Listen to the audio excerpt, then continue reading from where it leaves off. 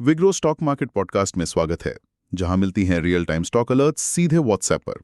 यह है हमारी रोजाना की बाजार पर चर्चा, आसान शब्दों में, खासतौर पर नए ट्रेडर्स और निवेशकों के लिए। बिल्कुल। तो आज 4 सितंबर 2025 देखते हैं बाजार में क्या कुछ हुआ। हाँ, तो आज का दिन कैसा रहा बाजार के लिए? आंकड़े तो थोड़े मिले जुले से लग रहे हैं। हाँ, कह सकते हैं। सेंसेक्स करीब 150 अंक ऊपर बंद हुआ 80,718 पर, और निफ्टी वो भी बस 19 अंक ही ऊपर रहा 24,734 पर। अच्छा, मतलब शुरुआत तो तेज हुई होगी। सुना था जीएसटी कट की खबरें थी। हाँ बिल्कुल, शुरुआत काफी पॉजिटिव थी इसी खबर से। निफ्टी ने दिन में 24,981 का लेवल छूने की कोशिश भी की थी, काफी ऊपर गया था। लेकिन फिर ये तेजी टिक नहीं पाई, है ना? बंद होते होते गेन्स काफी कम हो गए। एग्जैक्टली वही हुआ जिसे हम प्रॉफिट बुकिंग कहते हैं। मतलब जब बाजार तेजी से ऊपर जाता है ना, तो निवेशक अपना मुनाफा जेब में रखना चाहते हैं। हाँ, बेचकर। हाँ, तो उसी बिकवाली के दबाव में बाजार ऊपर के लेवल से नीचे आ गया। ये काफी आम है। समझ गया। अच्छा, तो आज कौन से सेक्टर या स्टॉक्स ज्यादा फोकस में थे? कहीं तो अच्छी तेजी रही होगी। ओह हाँ, आज का स्टार तो ऑटो सेक्टर था। जबरदस्त चला। खासकर M&M महिंद्रा एंड महिंद्रा, वो करीब 6% उछला। 6%? वो जीएसटी कटौती की उम्मीद पर? हाँ बिल्कुल। हाँ। कि गाड़ियां सस्ती होंगी। पूरा निफ्टी ऑटो इंडेक्स ही देखिए, लगभग 1% ऊपर बंद हुआ। बढ़िया। और एफएमसीजी सेक्टर, क्या वहां भी कुछ एक्शन था? FMCG में भी अच्छा रुझान था। जैसे HUL 1.2% ऊपर, ITC करीब 1.5% ऊपर रहा। आईटीसी भी, हाँ, उनके लिए वो सिगरेट टैक्स वाली बात थी शायद। मैं सही पकड़ा। सिगरेट पर टैक्स नहीं बढ़ा, ये उनके लिए पॉजिटिव रहा। तो कुल मिलाकर FMCG इंडेक्स भी थोड़ा, मतलब 0.3% ऊपर था। ओके। और कोई सेक्टर जो आज चमका? Metal metal? मेटल में आज कमाल की तेजी थी। निफ्टी मेटल इंडेक्स करीब 3% ऊपर भागा। 3% मेटल में? हाँ, तो ये तो हुई सेक्टर्स की बात। टॉप गेनर्स कौन रहे ओवरऑल? आज के टॉप गेनर्स में Bajaj finance, Bajaj Finserv, Apollo hospitals और नेस्ले इंडिया जैसे नाम थे। और नुकसान वाले स्टॉक्स, टॉप लूजर्स कौन थे? गिरने वालों में HDFC life, Tata consumer products, Wipro, साथ में BEL यानी भारत इलेक्ट्रॉनिक्स और इंडसइंड बैंक भी थे। अच्छा, और वो ओला इलेक्ट्रिक का क्या हुआ? सुना था कुछ दिनों से तेजी में था। हाँ, वो आज करीब 8% नीचे आया। लेकिन देखिए, पिछले कुछ दिनों में काफी तेजी आई थी उसमें।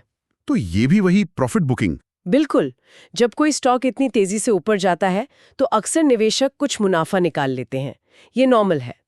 ठीक है, तो अगर आज के बाजार के मुख्य चालकों को समेटें, तो जीएसटी कटौती एक बड़ा फैक्टर था। हाँ, GST कट्स ने ऑटो और FMCG को पुश दिया।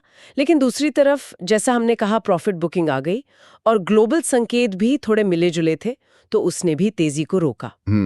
और वो FIIs वाला एंगल, विदेशी निवेशक क्या कर रहे थे? वो एक चिंता की बात है। FIIs की फाइनेंशियल सेक्टर में, खासकर बैंकों में, बिकवाली अब भी जारी है। ओके, तो इसीलिए बैंकिंग स्टॉक्स पर प्रेशर है। हाँ बिल्कुल, इसी वजह से। और इसका असर रुपए पर भी पड़ा होगा। हाँ, रुपया आज डॉलर के मुकाबले थोड़ा और कमजोर हुआ। 88.14 के करीब बंद हुआ। ये दिखाता है कि शायद विदेशी फंड्स बाहर जा रहे हैं। समझ गया। अच्छा, ये तो हुए बड़े इंडेक्स और स्टॉक्स। मिड कैप और स्मॉल कैप का क्या सीन था? वहां तो कभी कभी अलग ही कहानी चलती है। हाँ, यहाँ थोड़ी मिली जुली तस्वीर है। कुछ सोर्सेज जैसे परफिन प्रो दिखा रहे हैं कि मिड कैप इंडेक्स 0.65% और स्मॉल कैप 0.89% ऊपर थे। अच्छा। हाँ, लेकिन मनी कंट्रोल जैसे कुछ और प्लेटफॉर्म्स पर शायद हल्की गिरावट या फ्लैट बंद होने की रिपोर्ट हो। ये डेटा सोर्स या इंडेक्स कैलकुलेशन के तरीके पर निर्भर करता है। ओके, तो मतलब ब्रॉडर मार्केट में कोई एक तरफा मूव नहीं था। सही कहा। और हाँ, पिछले महीने जो पावर स्टॉक्स काफी तेजी में थे, वो आज ज्यादातर फ्लैट ही रहे। ठीक है, बाजार के अलावा देश दुनिया में और कुछ खास चल रहा है जिसका असर आ सकता है? देखिए, IPOs को लेके काफी बज़ है। जैसे फोन पे के IPO की बातें चल रही हैं, हालांकि वो अभी दूर की बात हो सकती है। आईपीओस का माहौल तो बना रहता है। हाँ, और ग्लोबल लेवल पर अमेरिका के फेडरल रिजर्व से ब्याज दरें घटने की उम्मीद बनी हुई है। इसी वजह से सोने की कीमतें अभी भी ऊपर टिकी हुई हैं। और तेल? तेल की कीमतें अभी स्थिर है। वो OPEC प्लस देशों की मीटिंग चल रही है, तो सब उस पर नजर रखे हुए हैं। ओके, तो अगर कोई नया निवेशक है, उसके लिए आज के दिन का निचोड़ क्या है, आसान शब्दों में? बिल्कुल आसान भाषा में कहें तो आज बाजार सुबह जीएसटी न्यूज पर तेज खुला, पर बाद में मुनाफा वसूली से थोड़ा ठंडा पड़ गया। ऑटो और एफएमसीजी स्टॉक्स में फायदा दिखा, लेकिन आईटी और फाइनेंशियल स्टॉक्स ने दबाव डाला। और उनके लिए सीखने लायक बात? सबसे जरूरी बात, हर दिन के लेवल, कौन सा सेक्टर चला, क्यों चला, ये सब समझना बहुत इंपॉर्टेंट है। इसी से आगे चलकर स्मार्ट ट्रेडिंग या इन्वेस्टिंग के फैसले लिए जा सकते हैं। बिल्कुल सही कहा। चलिए अब एक जरूरी बात सभी सुनने वालों के लिए। हाँ, कृपया ध्यान दें कि ये पॉडकास्ट सिर्फ जानकारी और शिक्षा के उद्देश्य से है। कोई भी स्टॉक खरीदने या बेचने का फैसला लेने से पहले अपने फाइनेंशियल एडवाइजर से सलाह जरूर लें। शेयर बाजार में निवेश में जोखिम होता है, ये याद रखें। बिल्कुल। और हाँ, अगर आपको भी चाहिए ऐसे ही रियल टाइम स्टॉक अलर्ट्स सीधे अपने व्हाट्सएप पर, तो वीग्रो को ज्वाइन करें। टीवी और न्यूज ऐप से भी तेज अपडेट्स मिलते हैं। रॉकेट। डिस्क्रिप्शन में लिंक दिया गया है, उस पर साइन अप करके आप 1 महीने का फ्री ट्रायल भी ले सकते हैं। चलिए आज की चर्चा को यहीं रोकते हैं, एक सवाल के साथ छोड़ जाते हैं सोचने के लिए।